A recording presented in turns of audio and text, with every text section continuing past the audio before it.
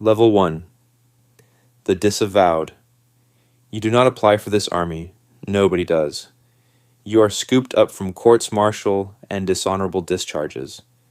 You put on a uniform with no flag ready to pull the trigger for whoever pays the most. The helipad sits in a barren wasteland somewhere in the Middle East.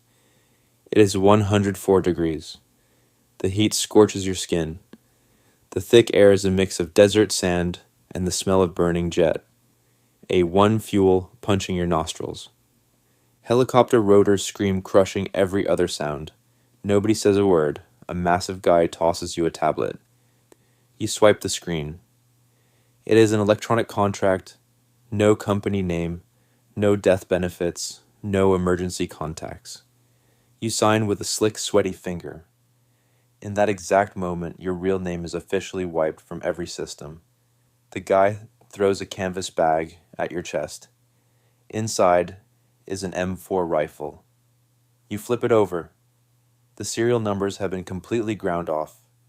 It comes with a blank, dirt-colored tactical vest. No patches. No name tapes. From this second on, you aren't a regular soldier. You are just a number. The humiliation of losing your rank a few months ago is gone. Raw survival instinct takes over. There are no speeches about patriotism here. No grand ideals. You realize a cold truth. You are just a tool, an asset that can be thrown away the second a mission goes south. Tension crushes your chest. But buried somewhere in your mind, you feel a terrifying sense of freedom. The old world rejected you. You no longer have to follow any of the rules from the world in the light. You rack the charging handle, you step onto the bird. The bay doors slam shut. Level 2. The Grunt. You stand at the gateway of a privately owned oil facility somewhere in a designated red zone, where the air is thick with dust and the relentless heat radiating from the cracked asphalt burns your lungs. You are surrounded by blast walls, razor wire, and black pickup trucks mounted with heavy machine guns while wearing gear that bears no insignia. The rules of engagement are complicated and change weekly. The enemy wears no uniform and looks like everyone else until the moment they do not. You hold your sterile M4 rifle, tightly watching the shimmering horizon as a rusted sedan accelerates toward your checkpoint without slowing down. In a regular military unit, you would fire a warning shot, call the incident into command, and wait for a commissioned officer to assess the threat level before taking a human life. Not here, because there is no bureaucracy to hold your hand or delay your instincts. The squad leader barks a single brutal command to handle the situation immediately. You do not think, you just draw and fire. You squeeze the trigger, watching the windshield shatter into 1,000 white webs before the vehicle swerves violently and crashes into a concrete barrier, erupting in a sudden cloud of black smoke and twisted metal. You walk up to the burning wreckage with your weapon raised, peering through the smoke. You see the driver slumped over the steering wheel, the biological systems that made him alive simply stopping. You feel a brief, shocking spike of adrenaline followed almost instantly by a hollow, terrifying emptiness that you push deep down inside your chest. That night, sitting on a stiff cot in an air-conditioned shipping container, your encrypted satellite phone chimes softly in the dark. A notification lights up the small screen, revealing that a deposit of $15,000 has just cleared into your anonymous offshore account in the Cayman Islands. You stare at the glowing numbers, realizing that your monthly salary now eclipses what you made in an entire year serving in the regular army. The lingering shock of the violence evaporates entirely, replaced by the cold, hard mathematics of mercenary survival. You rationalize the kill by telling yourself that if you had not pulled the trigger, that man would have killed you and your entire team without a second thought. You start adapting your vocabulary to fit your dark, new reality, stripping away the emotion from the acts you commit. You do not call innocent bystanders victims, you call them collateral damage in the sanitized language of reports. You are learning very quickly that human life has a specific market value and you are the one standing at the register collecting the check. Level 3. The Black Ops operator. 2 years pass in a blur of sand and blood, and you are no longer guarding gates in the desert for spare change. You are now part of a highly classified direct action team operating as the invisible tip of the spear for massive corporate interests. You find yourself standing in a dense, suffocating jungle in South America, waiting outside a heavily fortified safe house while the rain soaks through your tactical gear. The world is painted in the harsh, glowing green light of your night vision goggles, and the jungle is completely silent except for the rhythmic hum of insects and your own steady heartbeat. Your target tonight is not a terrorist or a cartel boss, but a local politician who is threatening to nationalize the lithium mines owned by the conglomerate paying your employer's retainers. Your team breaches the compound with suppressed weapons slipping through the shadows like ghosts. The violence is swift, surgical, and utterly silent as you move through the dark hallways, clearing rooms with practiced, robotic efficiency. You locate the target standing in his study, and you pull the trigger without a moment of hesitation. The shot is clean, the target is valid, the outcome is successful. But your job is not done just because the body is on the floor. The radio crackles with a whispered command from the Tactical Operations Center, ordering you to immediately sanitize the area before local authorities arrive. You strip the body of anything identifying meticulously, collect every spent brass casing from the wooden floor, and stage the room to look like a violent cartel robbery gone wrong. You execute the exfiltration, flawlessly vanishing back into the thick jungle canopy before the local police even receive the first frantic phone call from the neighbors. Sitting in the dark cargo bay of a stealth transport helicopter flying low over the canopy, you look down at your hands and realize they are perfectly steady. You feel absolutely nothing, recognizing that the moral boundaries that once defined you have completely eroded into dust. You no longer see the people in your crosshairs as human beings with families. They are simply high-value targets, temporary obstacles in the way of a corporate quarterly earnings report. You have completely stopped calling your family back home. The letters from home that arrive already obsolete, describing a world that continues without you. You know that the invisible blood on your hands can never be washed off, and you refuse to infect the normal world with the monster you have willingly become. Level 4. The Fixer. You survive long enough in the field to drop your rifle and pick up a radio headset, becoming a squad leader operating out of a stifling windowless tactical operations center. The room smells of stale coffee, burnt ozone from the encrypted servers, and the cheap cigars your commanding officer smokes while pacing the floor. The walls are completely covered in glowing monitors displaying live drone feeds, thermal imaging, and encrypted communications traffic from teams scattered across the globe. You are managing people, you approve operations, you review reports, you deal with personnel issues. A situation rapidly escalates in a densely populated urban sector, halfway across the world, and your screen flashes red. One of your patrol teams is ambushed, pinned down by heavy enemy fire in a narrow alleyway, and the radio screams with the panicked voices of men you trained. The company considers the extraction team a vital corporate asset, and you are given strict authorization to protect the asset at all costs, regardless of the surrounding environment. You grab the microphone, lock your eyes on the drone feed, and call for an immediate devastating artillery strike on the exact coordinates. You watch the high-definition screen as the payload drops, obliterating an entire city block in a blinding flash of white light and flying concrete. The enemy is completely wiped out, but so are 3 residential apartment buildings filled with people who had nothing to do with this war. The dust settles on the screen, revealing that 2 of your own contractors are dead, caught in the outer edge of the blast radius you called in. You log off the terminal, walk back to your metal desk, and pull up the standard company databases. Everything requires forms, everything requires documentation. You type up the casualty reports with a blank expression, knowing you cannot write the truth of what just happened. You officially classify the deaths of your men as a tragic training accident to ensure the private military company avoids massive legal liability and insurance payouts. You have officially become the cold arbiter of life and death, moving human pieces on a digital board without ever stepping foot on the actual battlefield. The psychological stress is crushing, pressing down on your chest every time you close your eyes. You start relying heavily on prescription sleeping pills and cheap whiskey just to get 3 hours of unbroken sleep without seeing the faces of the people buried under that rubble.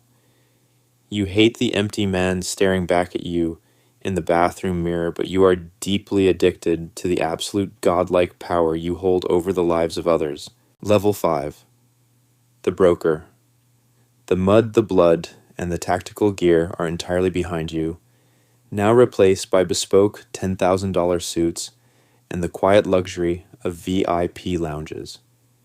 You sit comfortably in a 5-star hotel in Geneva, where the air smells of expensive leather, polished mahogany, and vintage champagne. You sit across a massive table from the desperate Minister of Defense of a rapidly destabilizing African nation. You are no longer selling guns or tactical operators. You are selling political stability and the invaluable asset of plausible deniability. The minister needs to violently crush a rising political opposition, but cannot use his official military forces without triggering massive international sanctions and UN intervention. You slide an encrypted tablet across the table, calmly outlining your proposed package without blinking. Your private shadow army will deploy into his country without insignia, without flags, and without any official government records tracing back to his office. They will systematically suppress the protests, eliminate the key opposition leaders in the dead of night, and vanish before the sun comes up. The government will have complete plausible deniability, allowing the minister to angrily condemn the violence on international television while secretly authorizing your wire transfers. The contract is signed in silence for $250 million, cementing your status as a kingmaker. To ensure the contract remains incredibly lucrative over the next decade, you actively orchestrate protests, create food shortages by disrupting supply chains. You intentionally make the country unstable so your security forces remain an indispensable line of defense for the ruling class. You are invisible, but your impact is national. Hundreds of millions of people are feeling the effects of decisions you are making in back rooms and private dinners. You view international law not as a moral imperative, but as a minor inconvenience designed only to keep poor nations in check. Morality is a complete liability in this room, and your only true compass is driven by profit margins and satisfying your shadow shareholders. You sip your cold champagne, smiling politely at the minister while knowing you hold significantly more real power than the elected officials shaking hands on the evening news. Level 6. The Board Member. You sit on the top floor of a nameless, monolithic skyscraper in Washington, D.C., protected from the outside world by 5-inch thick bulletproof glass. You have reached the absolute pinnacle, sitting as a senior member of the board of directors for the largest, most lethal private military corporation on the planet. You command a sprawling shadow empire of 50,000 hardened mercenaries, a private fleet of tactical aircraft, and a global intelligence network that rivals federal agencies. You manage relationships with the CIANSA, Homeland Security. The interagency politics are exhausting. Everyone protects their turf. You do not just participate in global conflicts anymore. You actively engineer them to manipulate the stock market and secure resource contracts. When a developing nation discovers massive untapped rare earth mineral deposits, you ensure a sudden, violent insurgency threatens their borders, conveniently forcing their government to hire your company for protection in exchange for exclusive mining rights. 4-star generals from regular armies are forced to bow their heads to you because they desperately need the logistical support, black ops manpower, and political cover that only your organization can provide. You essentially dictate aggressive foreign policy without ever running for public office or answering to voters. But the view from the absolute top of the pyramid is suffocating and terrifying. You trust almost nobody, rivals want to see you fall. Everyone wants something, everyone has an agenda, you balance it all. You know with absolute certainty that every well-dressed person smiling at you in the boardroom would gladly slit your throat for a fraction of your corporate shares. Paranoia becomes your closest, most intimate companion, whispering to you in the quiet moments of the day. You change your encrypted mobile phone every 3 days, and your private security detail tests your catered food for poison before you take a single bite. You ride through the city in heavily armored decoy convoys, unconsciously flinching at every pothole or abandoned vehicle on the side of the road. You sleep 3 hours a night. You are 62 years old, your body is breaking down, your mind is sharp, but your back hurts. You realize too late that achieving supreme unchecked power is nothing more than constructing a prison of supreme, inescapable isolation. Level 7. The Ghost and the Loop.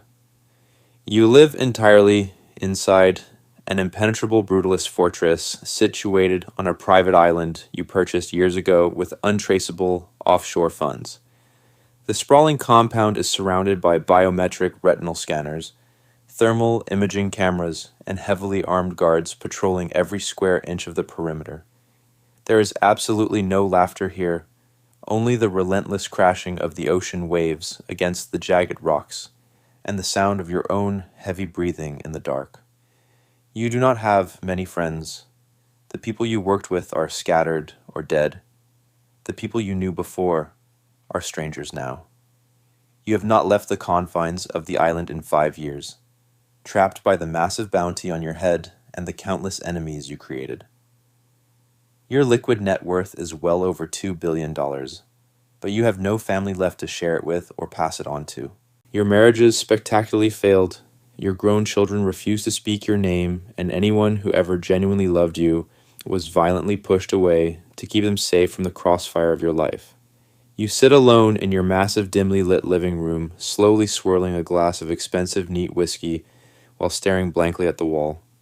Your hand rests unconsciously on the cold textured grip of the loaded pistol sitting next to your drink on the coffee table. You walk the perimeter of your property at 3 a.m, looking for threats that are not there. You are quietly waiting for the inevitable consequence of a lifetime of violence to finally catch up to you.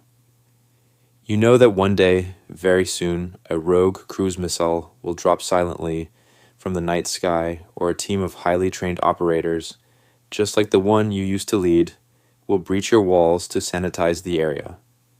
You cannot turn it off, you will never turn it off.